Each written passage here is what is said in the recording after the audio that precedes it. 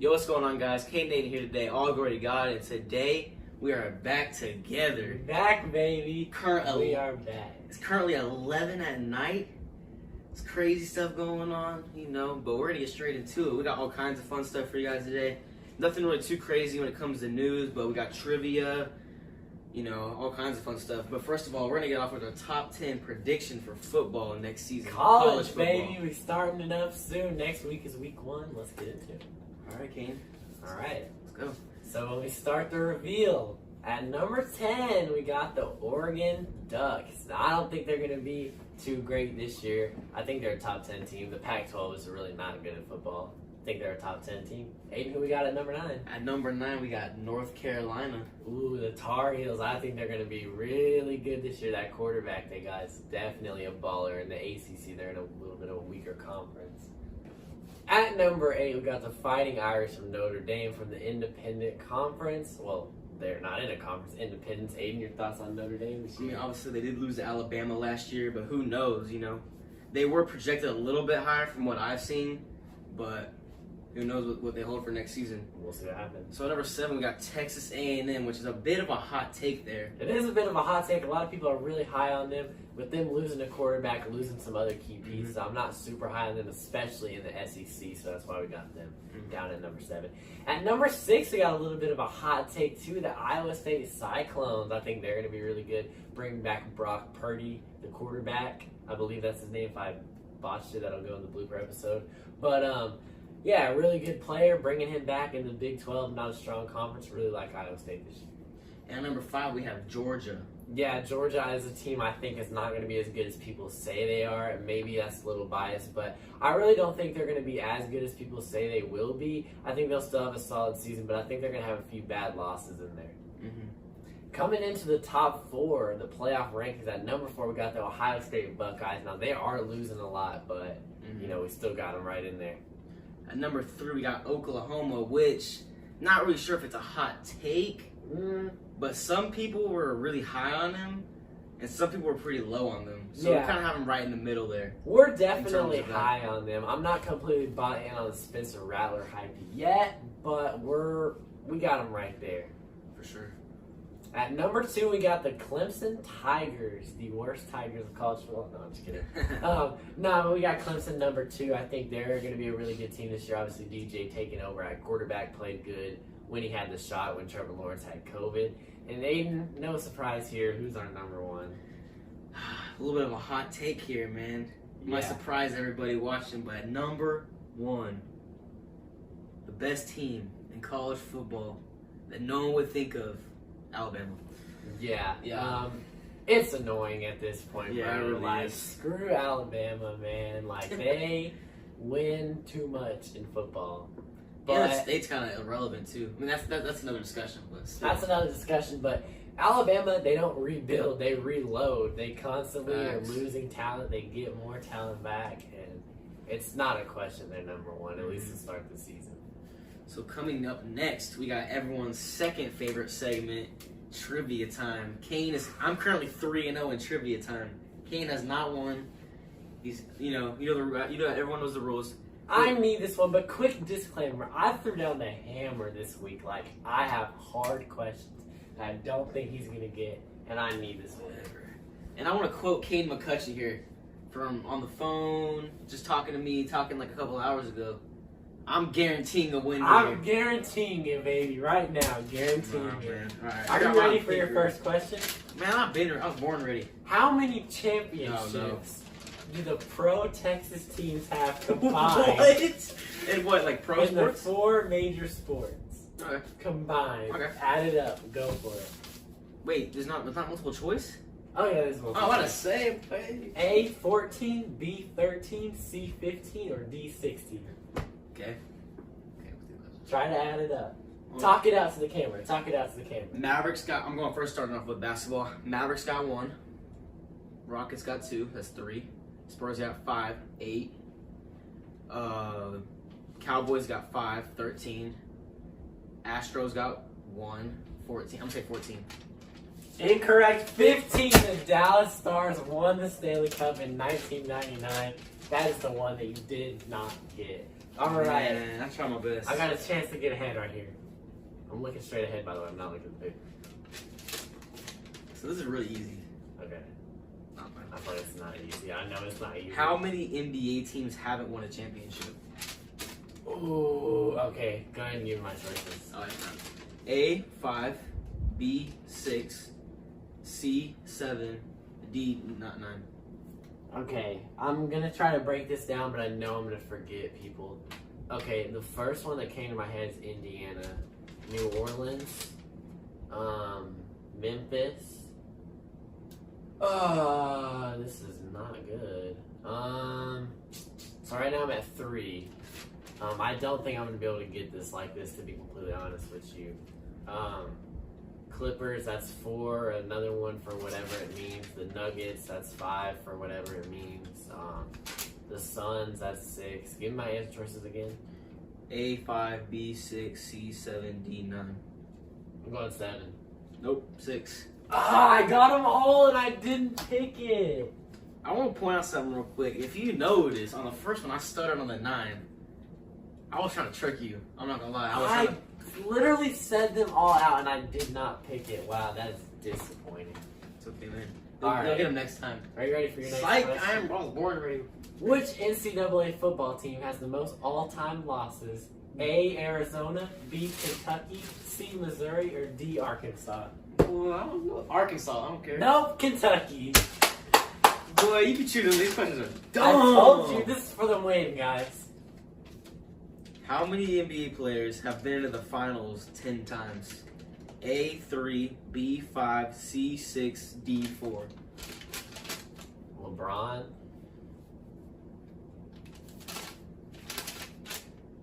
Not Jordan. Read my answers again. A 3, B 5, C 6, D 4. I'm going 3. Nope, D. 4?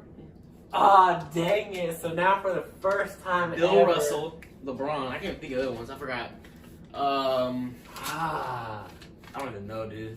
So someone else on the Celtics. Maybe it was. I don't think it was Havlicek. Could have been Kuz. Definitely wasn't. Yeah, probably Kuzi or Alright, something. so now for the first time ever, we have a tie break, and Aiden, your tiebreaker question is not as hard as the other ones.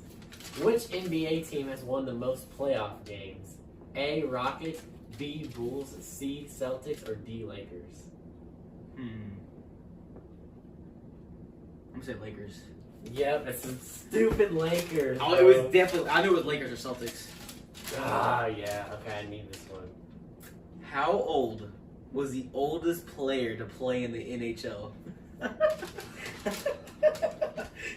Is it A 38, B 42, C 48, D 43?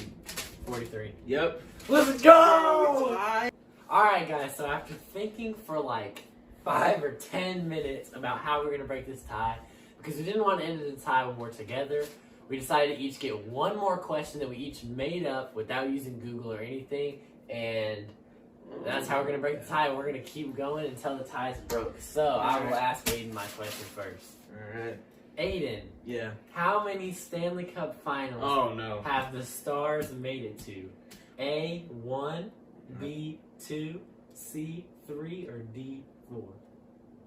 C. Yep, 3. 99, 2000. Why'd you even choose one? I know because they won one. They made it last, or not last year, you know. Ah, I gotta get this right. All right. Who was the first NHL player to get 50 goals in a season? Ooh. Is it A, Bernie Geoffrion, Okay, it's not him. B, Maurice Richard, C, Wayne Gretzky, or D, Bobby Orr? Ooh, okay, I know it's between Orr and Gretzky. Okay. I think Orr definitely played. I'm going Bobby Orr. Nope. No! Maurice Richard, baby. Ah! And Aiden is 4-0 in trivia. I am the goat of trivia. Trivia. It's alright. One day you'll be like me. I hate trivia. Oh Almost as bad as I hate Alabama. no, maybe we can talk about that. It's like 30 Ready, seconds. set, go. 4-0, baby. Kane is horrible at trivia. This man talking all this mess. I know I talk mess. Like, trust me, I know. Yeah, man, I'm a win. Man, 4-0. Can't believe it. You know, Kane and Aiden really on the grind, man. Although we know who the better part of the duo is, you know. We know who's Kobe, we know who's Shaq, we know who's Jordan, we know who's Pippen. We know who LeBron, you know who Wade is. You know how it is. How much time we got left? 1 second? Dang. Whoa. Well, folks, I have lost trivia time once again. What's new? I'm like the Cowboys at this point. Can't Make sure win anything. Make sure to remember. I remember hearing that a lot. 4-0, man. I'm proud of myself. I never won anything my whole life until this moment right here. I gotta get it together. I swept you. Let's move on to the rest of the show. So next up in a really big headline. Here I get, I get destroyed in trivia, and now we get to talk about something that happens against my favorite team. Go ahead, read the headline. All right. So next up, we're talking about Cristiano Ronaldo signs with Manchester United on a $15 million deal with $8 million in potential add-ons. So how you feeling with that, man? Freaking snake, dude. This man literally was gonna sign with us, and I know, like, he's talking about Man City, by the way. I'm a Man City fan. I know that he's not what he once was. Like, I get that, bro. But the dude is still good, and I went from up here thinking we're about to get this man win the Premier League back-to-back, and this dude snakes us. Not only does he snake us, but he goes to our rival team. That's like, bro, that's like Yankees, Red Sox, or like Lakers, Celtics. Like, bro, like, I hate this so much, but I do think he's going to be pretty good for them, and he's going back to where he used to play. Kane's obviously very angry because he lost trivia right now. And I lost Ronaldo on my favorite team. All right. But yeah, that pretty much covers that. He is going back to Manchester United, which he did play there before.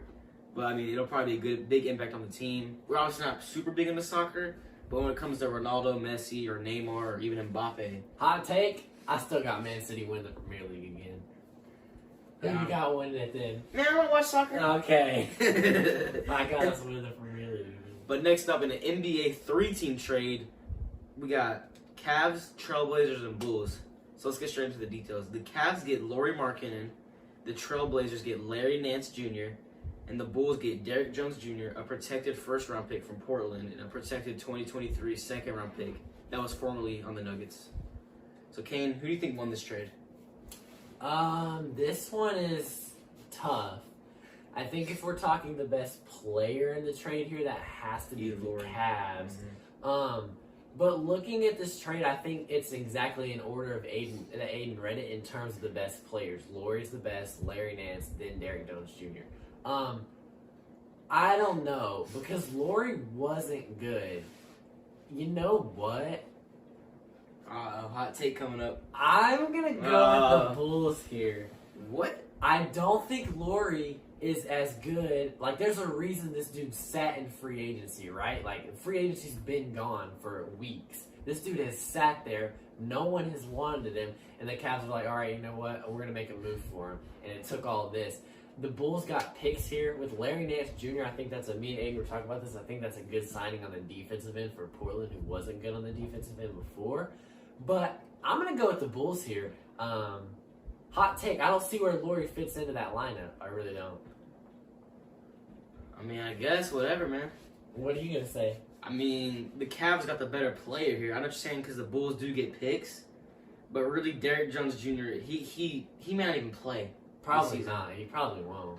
But where does Lauri Markkanen fit into that lineup and help the Cavs? Because I don't see Lauri Markkanen as being a huge bench spark. Where does he slide in? But will this protected first-round pick, is that going to be better than Lauri Markkanen? I mean, probably not. Is that protected 2023 second-round pick going to be better than Lauri Markkanen? Probably not. It may not even be better than Derrick Jones Jr. or Larry Nance Jr. That's a point, but to me, this trade is just incredibly small and like I don't see Lauri Markkanen. Like, I think there's a reason he's set in free agency. Like, and I don't see him. Where's he going to slide in with Cleveland, right? Because think about it, he was starting on the Bulls, right, getting good minutes, and still wasn't averaging anything. Yeah, that's true. But I don't know. I like to see him under our Steven Silas system. Because think about a guy like Kelly Olynyk. You know, he was not like a no. I know who he was, but he wasn't doing anything on the Heat. He comes to the Rockets. and he's doing crazy. Yeah. So who knows what he can be under the right system. That's very true. I think it'll be a good change of scenery for him. But I think, like with draft picks, like I'm pretty, not high on draft picks, but in basketball I am pretty high on draft picks because it's only 2 rounds in the draft. Like the second round players are solid players. Mm-hmm. And I feel like, anything you can get there right now is better than, like, think about Lauri Markkanen's career since he's been drafted, right? He hasn't really done anything. And I mean, I don't know. I think, like Aiden said, it'll be interesting to see him in the Cavs, but I also don't see where he slides in there. Mm-hmm. I really don't. I do understand what you're saying, but you're talking about a guy that was projected to be the next Dirk, and who knows under the right system what he could do. Yeah, he definitely still has potential. Now, if he goes to the Cavs and he still sucks, then I would agree with you on that Bulls trade, but Lauri Markkanen, he's not a terrible player. I think the Bulls not... Okay, here's also one thing I think, too. I know I said the Bulls won, and some of you guys were like, what? I think the Bulls won in a way just by getting rid of him. Because they weren't doing much, and the salary. I'm sorry, I didn't mention that, but I think that was also part of it. I kind of thought, I guess that's not, you guys didn't realize that, but that's kind of what I was thinking in my head. That salary is a humongous salary that they're paying for someone that's not good. So, like, obviously the package that the Bulls got back was not necessarily like, oh, that's going to win you the trade, but I think also getting rid of him in a way is part of winning that trade. For sure. Next up, we got a trade in the NFL to cover. The LA Rams and the New England Patriots made a deal. The Rams acquired running back Sony Michel, who had 449 yards on 1 touchdown and 79 rushes last season.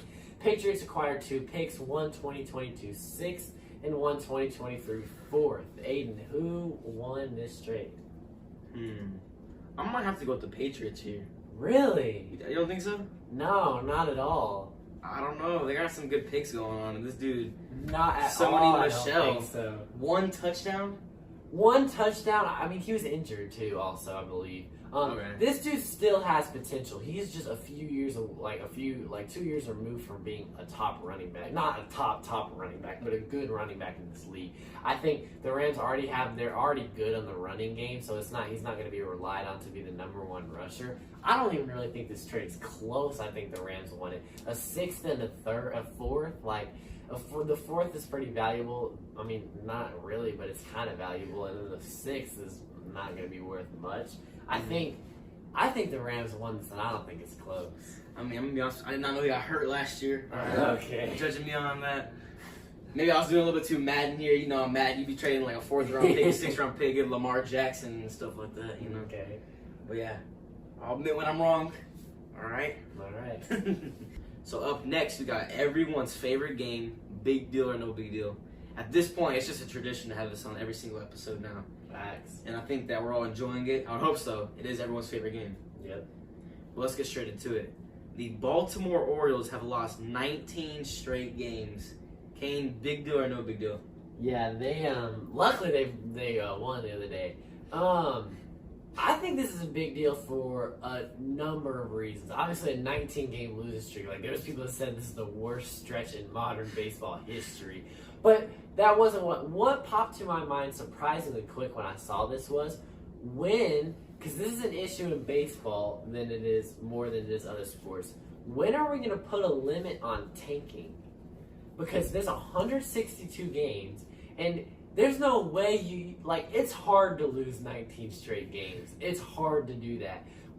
Is tanking an issue in baseball? What do you think about that? Because 19 straight games, that's ridiculous. That's almost a whole month. Yeah, dang. But yeah, I don't know. For me, I would lean towards no big deal. And just because the Orioles, they're obviously not in contention. They're not even close to being in contention. So as far as what does it mean for them, absolutely nothing. Yeah, I think you're right as far as that. It's not a big deal at that point. But in terms of baseball, what are we going to do about tanking? That is a big deal because right, we got teams like the Orioles, the Diamondbacks, the Rangers that are not trying to win this year. And the Orioles just set a bar, but it's they're trying to set the bar low. We just lost 19 games in a row. We're going for the number 1 pick. You know what I'm saying? I think there needs to be something. There's obviously nothing you can do about that because it's not it's not you can't tell them win a game. You can't prove that they're trying to lose games, but I think they need to think of something because imagine being a fan of the Orioles and they lose. The Rangers have been on bad losing streaks this year, but 19 in a row. Like there's got to be something that stops that. Speaking of the Rangers started off today 4-0 on the Astros, And they lost 5-4. All right. I don't know why you had to put that in there, but that is typical Texas Rangers baseball. But moving up next, the New York Yankees have won 12 games in a row. Yeah. Ain't big deal or no big deal? I think it's a big deal. Yeah. I mean, look at this team, the Yankees, where in April everyone's like, what's wrong with the Yankees? May, what's wrong with the Yankees? They're falling out. They're not a playoff team. Bam, they go out, they get Joey Gallo. And Aiden was talking about it today.